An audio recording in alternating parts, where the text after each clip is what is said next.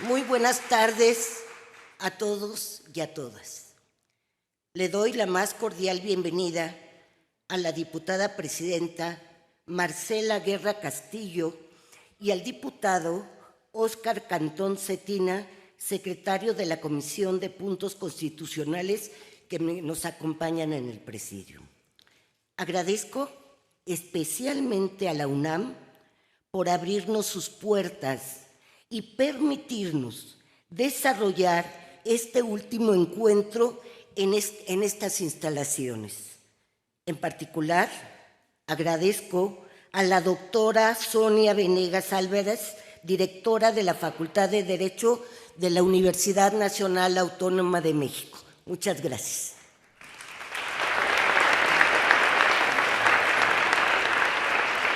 También agradezco la presencia de mis compañeros y compañeras, ministros y ministras, consejeros y consejeras. Muchas gracias por acompañarnos.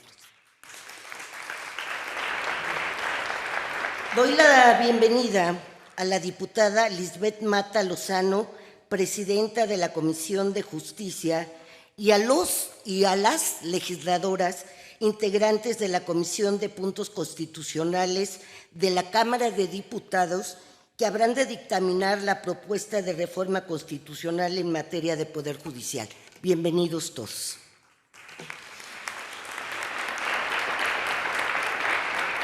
Agradezco la presencia de los representantes del cuerpo diplomático, el embajador de la Unión Europea en México, de las representaciones de la Embajada de Estados Unidos y de Alemania, así como de la Oficina en México del Alto Comisionado de las Naciones Unidas para los Derechos Humanos, del Programa de la Oficina del Estado de Derecho de la Agencia de los Estados Unidos para el Desarrollo Internacional en México, de la Fundación Konrad Adenauer, así como de la Sociedad Alemana de Cooperación Técnica.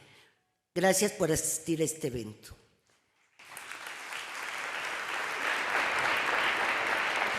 Gracias. Doy también la más cordial bienvenida a las y los presidentes de los poderes judiciales locales de Coahuila, Durango, Morelos y Querétaro, así como de los representantes del Estado de México, Nayarit y Yucatán. También doy la bienvenida a los colegios, asociaciones, abogados en general que nos acompañan. Pero principalmente quiero dar las gracias a todos y todas ustedes que nos acompañan, que son los verdaderos protagonistas de este encuentro. Este encuentro tiene como finalidad escucharlos a ustedes. Y por eso, muchas gracias por su asistencia.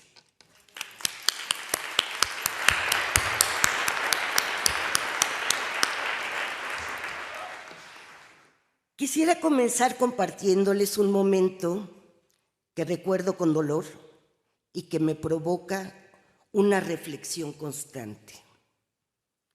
Hace algunos meses recibimos en la Suprema Corte a un grupo de madres buscadoras provenientes de los estados de Chiapas y Quintana Roo. El equipo conversó con ellas por más de 3 horas. En esta reunión recuerdo 2 momentos que representan la esencia del encuentro nacional por una agenda de seguridad y justicia. El primero fue al iniciar la conversación. Al presentarnos, el equipo dijo su nombre y su cargo. Pero al llegar a las madres buscadoras, ninguna se presentó por su nombre, sino por el nombre de su hijo o hija desaparecida. Soy la madre de. Su identidad cambió a partir de la tragedia que viven. Después de los más de 4 años de búsqueda de respuestas, llegaron a nosotras para tocar una puerta más. El segundo momento se conecta con este último.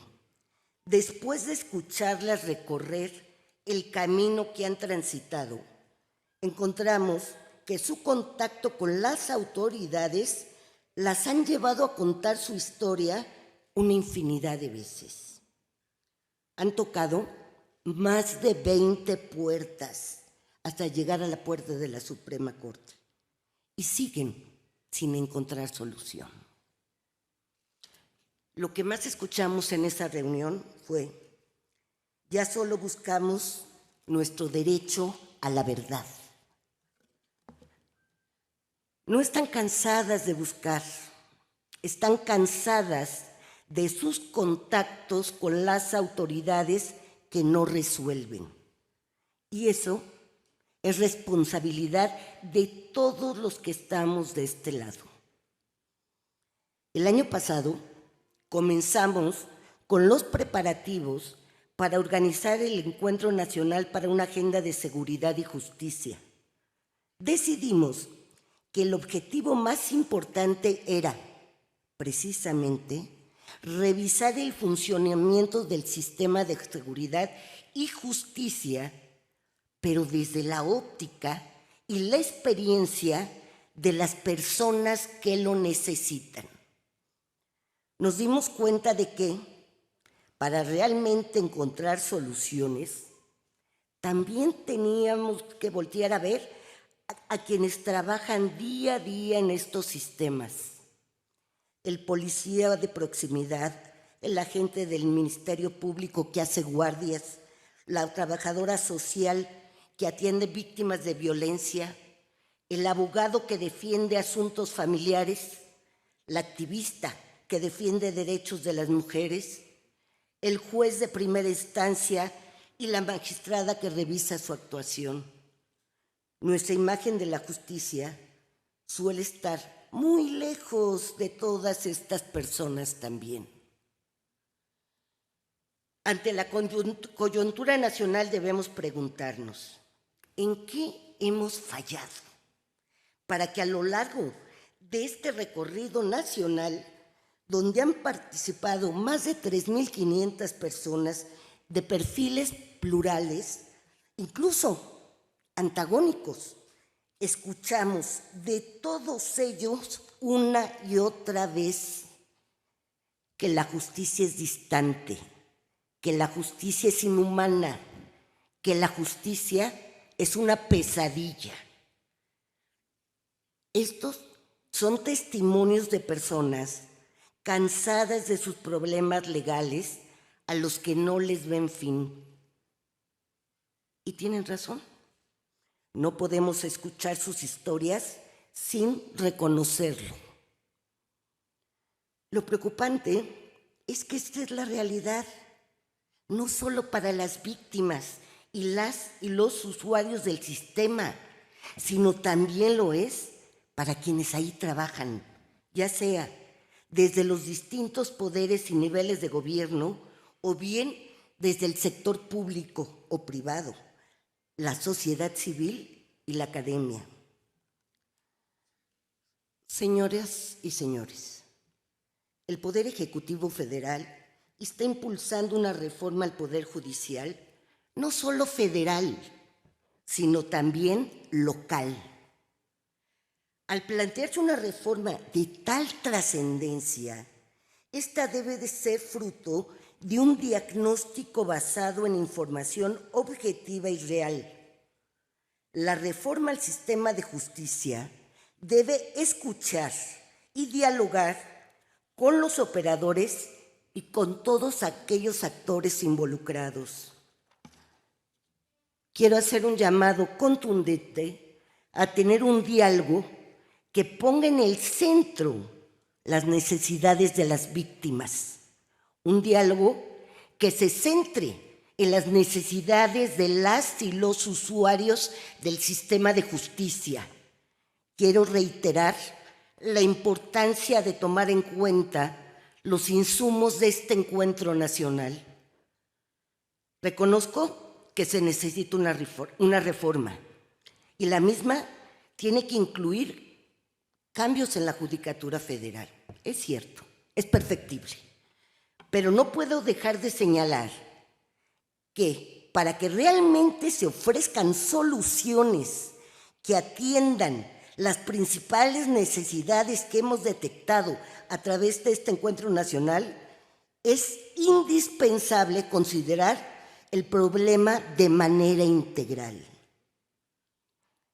Entiendo que los problemas que comparto tienen decenas de años sin resolver, una crisis urgente y que cada día se acrecenta más.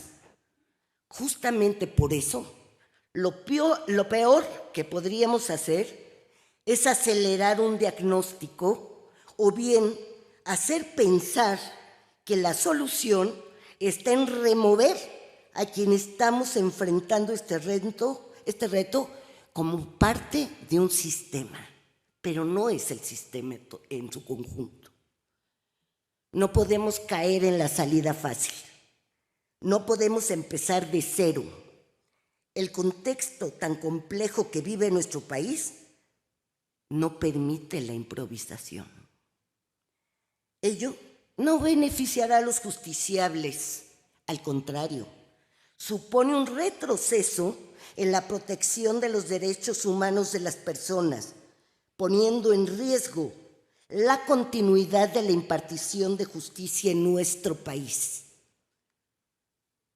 Lo peor que le puede pasar a México es caer en la incertidumbre.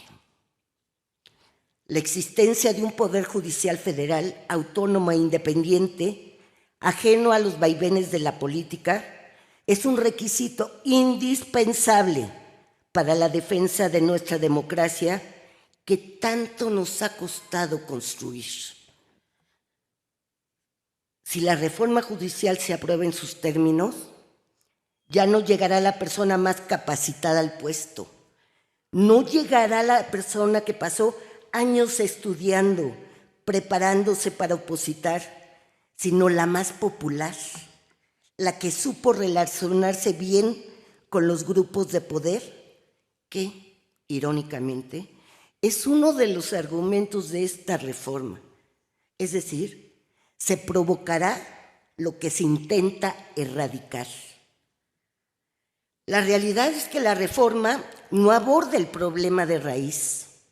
Por eso quiero aprovechar esta oportunidad para invitar tanto al presidente López Obrador como a la virtual presidenta, la doctora Claudia Sheinbaum, a sumarse a este diálogo plural y a que nos abran la puerta para que podamos compartirles los hallazgos de este encuentro nacional y analizar así cómo afecta la reforma, no solo el futuro de la justicia, sino de todo nuestro país.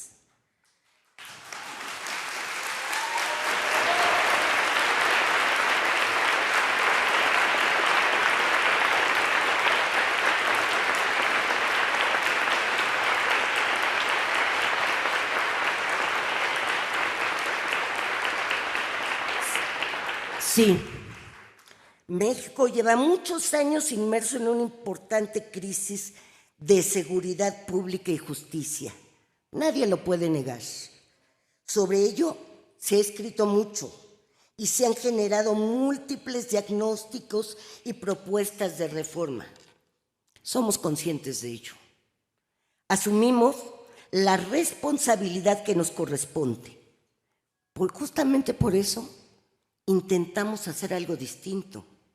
El Encuentro Nacional por una Agenda de Seguridad y Justicia constituye una experiencia plural que permite que el público en general, usuarios, organizaciones de la sociedad civil, policías, fiscales, jueces, estudiantes, profesores y otros funcionarios públicos que laboran en áreas de servicio, tengamos una oportunidad inédita para reunirnos e intercambiar experiencias bajo una metodología de trabajo participativo. Este ejercicio busca encontrar los problemas en el funcionamiento de los sistemas de seguridad y justicia desde la base y con objetividad. Ello solo se obtiene a partir de las voces de ustedes, de sus protagonistas. Para lograr este objetivo, en cada sesión se solicita a los participantes que elijan un tema dentro de los 4 ejes de trabajo en los que se divide el foro. Primero, acceso a los servicios legales. Eje 2, seguridad y justicia. Eje 3, Sistema Nacional de Impartición de Justicia. Y eje 4, justicia y rendición de cuentas. De esta manera logramos que sean quienes participan en el ejercicio los que decidan la agenda de la conversación. Las mesas se acomodan a partir de las preferencias de los participantes, buscando tener una integración plural. ¿Qué nos ha arrojado hasta ahora el Encuentro Nacional? ¿Cuáles son los problemas más importantes que tenemos que resolver? Primero, el 75% de las y los participantes se interesan por temas relacionados con los derechos de las personas, los derechos de las víctimas y temas relacionados con la seguridad pública. Fíjense, la independencia judicial, la carrera judicial y el funcionamiento de los tribunales solo llaman la atención de las personas juzgadoras, que representan un 9%. Si queremos mejores políticas públicas de seguridad y justicia, tenemos que concentrarnos en los derechos de las personas, particularmente en los derechos de las víctimas. Los tribunales, su integración y su funcionamiento definitivamente no son un elemento esencial en la experiencia de los usuarios de los sistemas de seguridad y justicia. Segundo, las personas desconfían de las autoridades, pero las autoridades también desconfían de las personas y de las otras autoridades. Tenemos un sistema basado en la desconfianza. Necesitamos de manera urgente espacios y canales institucionales frecuentes y eficientes de comunicación. Es imperante dejar atrás las políticas públicas de escritorio que solo apuntan a que alguien más es el responsable de lo que ocurre. Tercero, a las personas el derecho les parece distante, formal y complejo. Academia, abogados, integrantes de la sociedad civil, funcionarios públicos y juzgadores, no entendemos que nuestra comunicación con las personas ha sido ineficaz. Cuarto, en materia de seguridad pública, el distanciamiento entre ciudadanía y autoridades es todavía más marcado. Prevalece la desconfianza, hay muy poca empatía y personas usuarias y funcionarias enfrentan problemas por igual. El contacto con las autoridades erosiona particularmente a las víctimas. Las víctimas deben narrar una y otra vez su historia. Rara vez encuentran soluciones. Los derechos de las víctimas son meramente formales, pero no tienen expresión práctica. Y quinto, la capacidad de investigación criminal está rebasada. En todo el país existen altos índices de incidencia delictiva que hace imposible dar respuestas. Las y los funcionarios se enfrentan a procedimientos altamente formalizados y poco prácticos. Las irregularidades y actos de corrupción son muy frecuentes.